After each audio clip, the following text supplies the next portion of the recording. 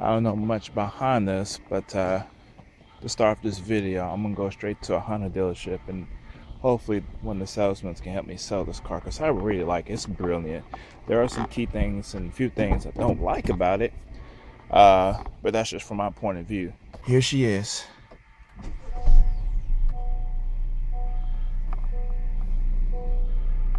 Here I am. I am pulling up to the Honda dealership, and I am at Press Honda, and it looks to me that it is closed. So time for me to look for another one.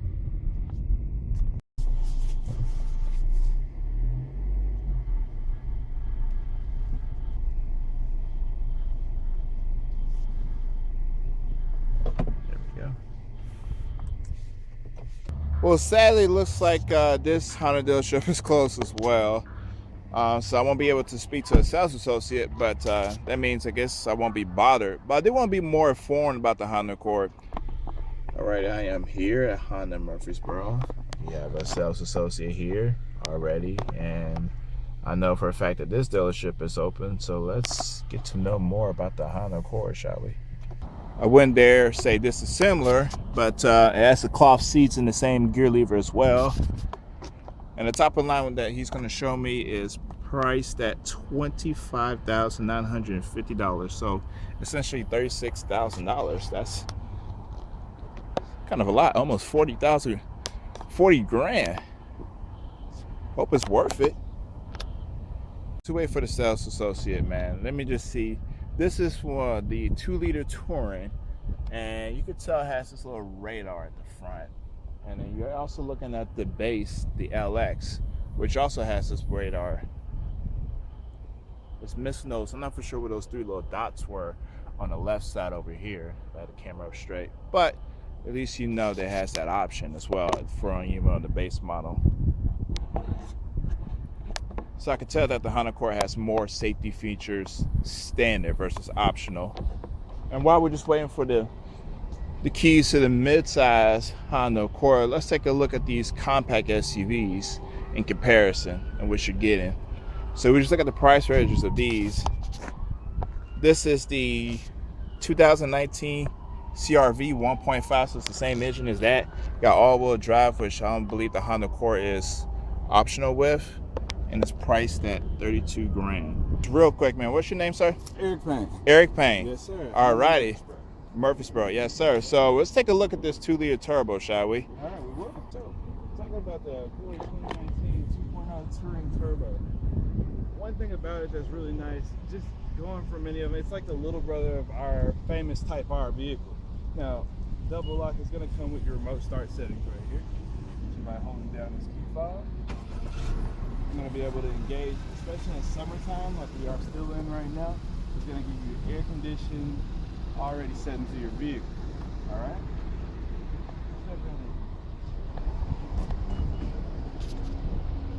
It's your remote entry.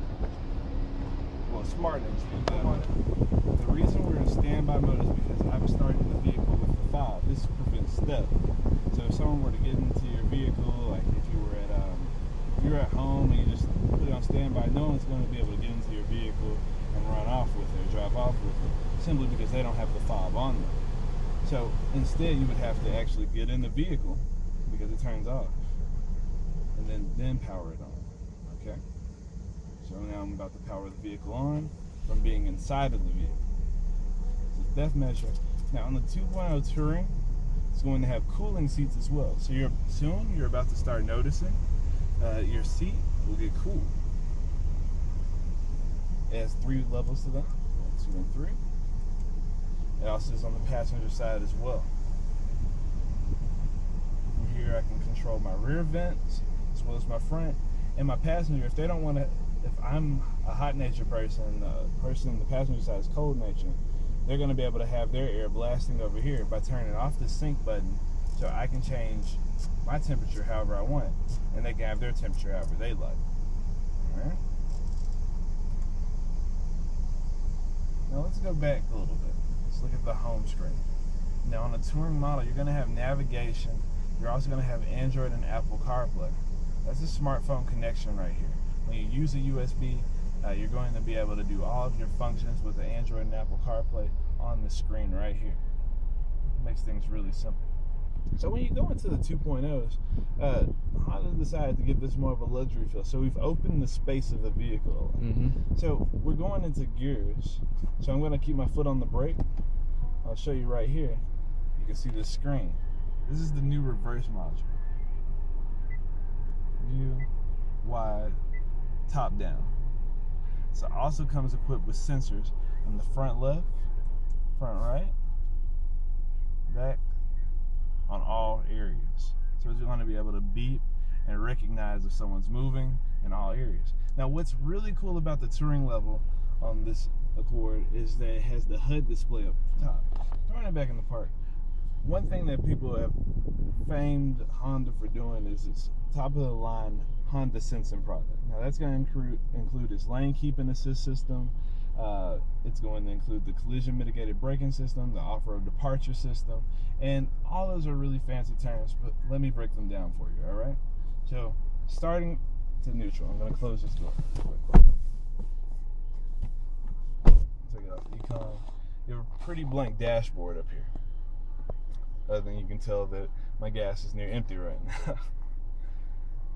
I'm going to throw main on there. It's going to have ACC and LKAS. Those are the abbreviations for adaptive cruise control and lane keeping assistance. So I'll go in order.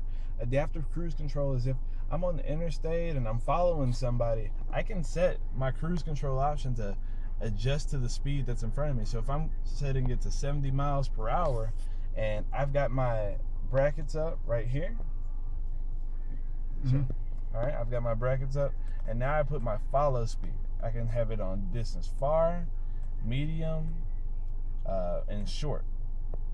And this is the distance that my car will follow at the designated speed. So if I'm at 70 miles per hour, I'm going to always follow this car that's in front of me until they slow down.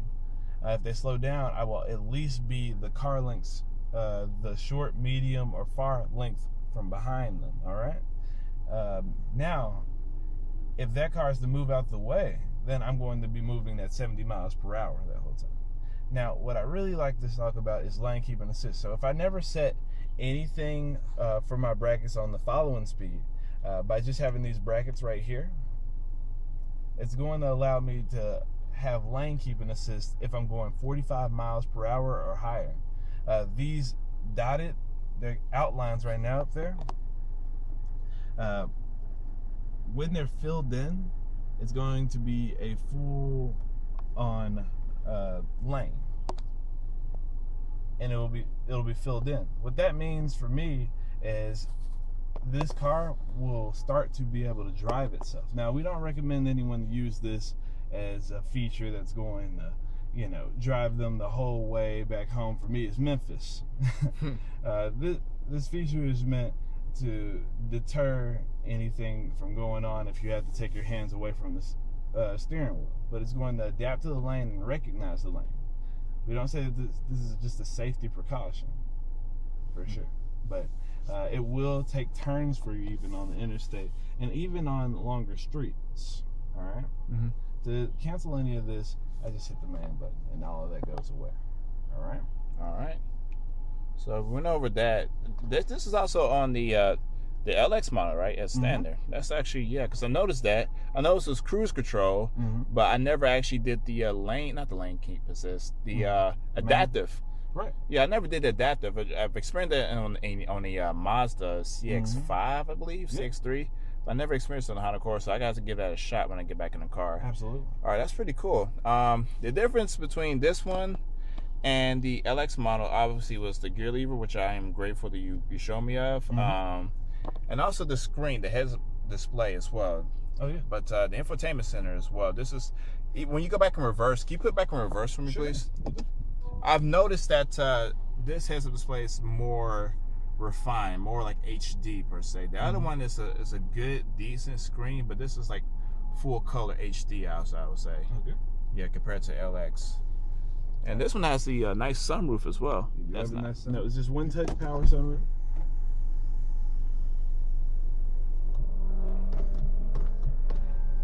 Last thing before we just wrap this thing up, the difference between me and other mid-size sedans, the Honda Accord, this little part right here kind of rubs on my leg. So if you're like, how tall are you? I'm 6'5". 6'5". So you're pretty decent right now if you're just stretch it out just a little bit. Absolutely. But someone like me, little 6'9", just a little difference. Long distance, it's kind of uncomfortable. So if I could just sit there, I don't need to drive the vehicle. If I could just sit there to see how the drive position is, at least with the power seat options. Sure thing. Let's switch it up. All right. So I'm sitting in these seats. I'm in the driver's seat right now. I'm getting in my drive position all the way back, and it has thigh support. That's crucial for someone who is tall. So it's always back as it can go. I got the back part as all the way back or down as it go. And for the drive position, it's pretty much the same. I do love the steering wheel. It's a leather wrap. And doesn't make a huge difference. I'm actually using my seat cushion in the rental. But this plastic part right here feels slightly different. I'm sure because it's brand new. But can I live with this? It's tough to say. I believe you're someone like my height, you need to take it for like a 90-minute test drive.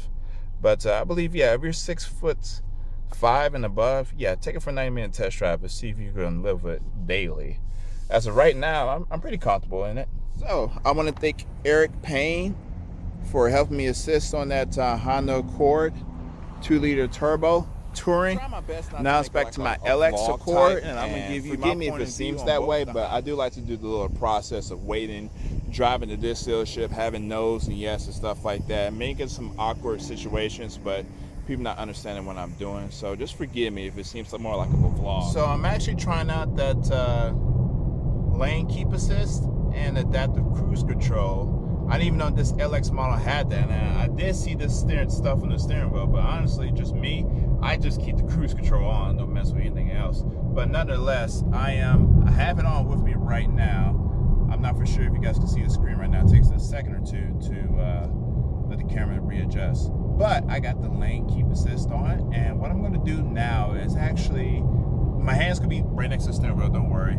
I'm going to keep it off the steering wheel for a quick second. It's going to give you a message saying like, hey, you need to put your hand back on the steering wheel, because it will sense that, especially going around a tight bend. So I'm going to look, I got my hand off the steering wheel saying steering required. So I got it, I got my hand on it, and that's just it.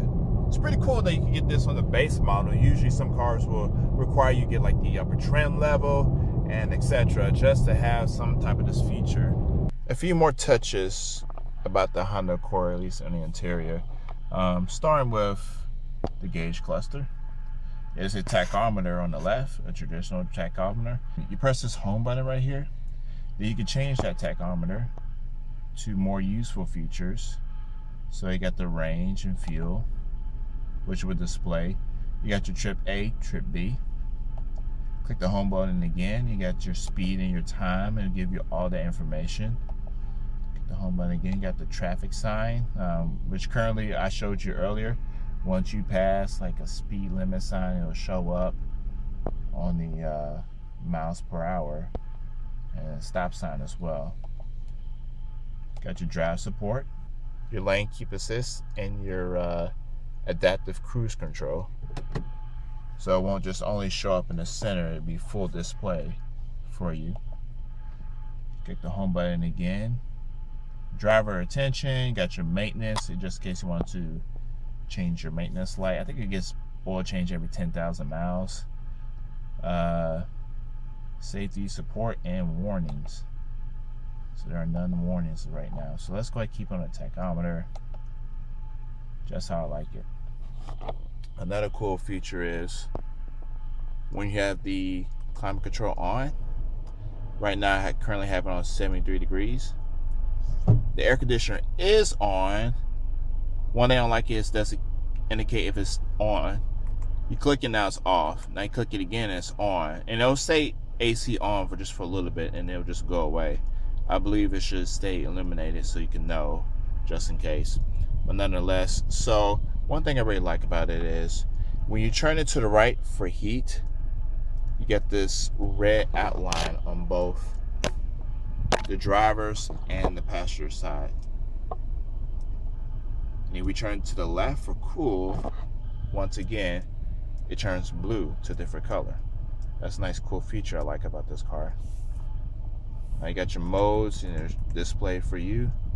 But once again, man, that's pretty nice. It's a dark red, nice blue. Now most cars, there's a limit to how many phones you can pair up to the system. Pretty much majority of all cars do that. In this case, it's the Honda. It's 6. The Honda Accord is 6, which is pretty fair. I mean, you gotta think about it. If you're just buying a car for a family, everyday use, the most phones you may end up pairing to the darn thing is probably just 3. So 6 is pretty a good amount of phones. So you want to connect the phone. You click on yes. In this case, my phone is an LG Style of 4. I'm using this old, I have no idea what, I think it's an N123, whatever. It's an old phone of mine, and I'm just using it for example. So all 6 is filled up. So there's no way I can actually, there's no option for me to remove it. If you click on it, it's going to try to connect someone else's old phone, and that's just not going to work. So no device is connected. Let's see. Let's try menu. Where's the menu? It's a clock and menu. Now we see settings, and we go to Bluetooth setup. So that should be it. Now it's not able to highlight add new device for some odd reason. You could go over it, but you can't select it for some reason. So you go to connect an auto device. So this may be it, and you go back to the same screen. LG Style of 4, that's my phone right here, but I disconnected just for this purpose of this video. So I can't really find a way to actually connect the phone. None of these, this is the brightness, that's the radio. I'm not for sure if you can see because the glare. That's the radio, the media. And the media is nothing for USBs, and I might have trouble too. My phone is connected to the charger, and it keeps saying unsupported, but that's not my issue right now. Pandora, no device is connected. Now my phone was connected to the Bluetooth, and you have to turn your phone and your Pandora and your phone. This works with no problems once you get the Bluetooth setup ongoing. But that's just the phone dial up. And again, would you like to connect the phone? Should be an option to remove, delete phone, but there is none. It's not even a touch screen, which is okay, but it's very complicated for some reason. It's not intuitive. And that's just to adjust the bass and treble, all that stuff right here. That's all that button is for. You have your back button, and then again the menu. But now, here we go.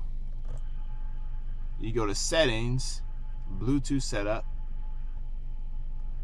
and back to this screen. And I'm not for sure how I did it. I just keep repeating, hitting clock menu and the phone button and the phone button and clock menu again, just constantly. But until you stop and you get this screen where it says phone setup, you click it, then you have the option of going to Bluetooth setup. And then now, I'm gonna try this light. Now you have the option of delete device. So then you can delete, let's just say you could delete, sorry iPhone. You gotta delete it. Now, I'm going to pair up this phone to the infotainment center and just listen to the commands. She's kind of rude. Now you can add a device. The pairing process requires operation of a Bluetooth device. For proper system function, a compatible Bluetooth device is required. Please visit the hands-free system website listed in the owner's manual for a list of approved devices and other system information. Compare the numbers displayed on your device and on the vehicle display, then follow the instructions on your device. Connection setup is complete. The device has been added. And that's it. Took long enough, but once again, if you get this vehicle brand new, it's just that simple. You're gonna hear that lady's voice. It is what it is. If you get it used, hopefully you've learned how to remove a device. It's gonna take some getting used to, but hopefully you can just remove all 6 if it's all full. But once again, this is a rental, so if you ever get in these cars which is just available on the rental lot, then it's kind of a multi-step process. So that's pretty much it. I've noticed that when you're in drive, I think I kind of understand as to why it's such a long throw. When you're in drive and you're driving along, I noticed that the gear lever is directly in the middle. It's like a 90-degree angle. So when you're driving along, you put your hand on the gear lever as if it's a manual transmission. I know you're not supposed to rest your hand on the gear lever because you're putting a little too much stress on the transmission while you're pressing on down on it, especially for a manual transmission. But that's how I kind of find, at least from my point of view, as to why the gear levers has such a long throw. It's to position that drive directly in the middle, if you understand what I'm trying to say. One last thing I like to commend Honda for about this Honda Accord is the rear seats. As you guys may already know, I am 6'9", and this is a mid-size sedan. So I just got out of my driver position. I just parked the car. The headlights are still on. The back seat, the front seat is just reclined just a tad bit. And if I just hop in the back, obviously I gotta get in at a certain angle. Here I am, my feet underneath the seats. My knee is slightly touching the back seat just a little bit, but if I just spread them out just a tad bit, I have room back here. It's not so bad. And the headroom, my head is touching the roof just a tad bit. But yet again, I'm 6'9", and that's just kind of how it goes. But I'm actually comfortable back here. In closing about the 2018 Honda Accord, I like it. There's a few things that kind of turn me off. First of being which is the driver position, kind of sit kind of low. Even though this is the base model, I did, as you see in the video, have the opportunity to sit in the 2-liter touring model as well. I do find the seats kind of on the firm side, not enough cushion. But I would say this is a great family car. Great storage in the trunk. I know I didn't go over it that much as well. And as you just got through seeing, I have plenty of leg room behind myself in my driver position. If you find one of these on the rental car lots, as this also showed you in the video, it is kind of dim-witted to hook up a Bluetooth, so just be prepared for that. I love the way it drives. I love its pedigree, and that's the thing that just really excites me about this car every time I get it started. But once again, if you're 6'5" and above, I would highly recommend you taking this on a very lengthy test drive, just to see if you're very comfortable driving this as well. It's uncomfortable for me, but for you, who knows? But from my point of view,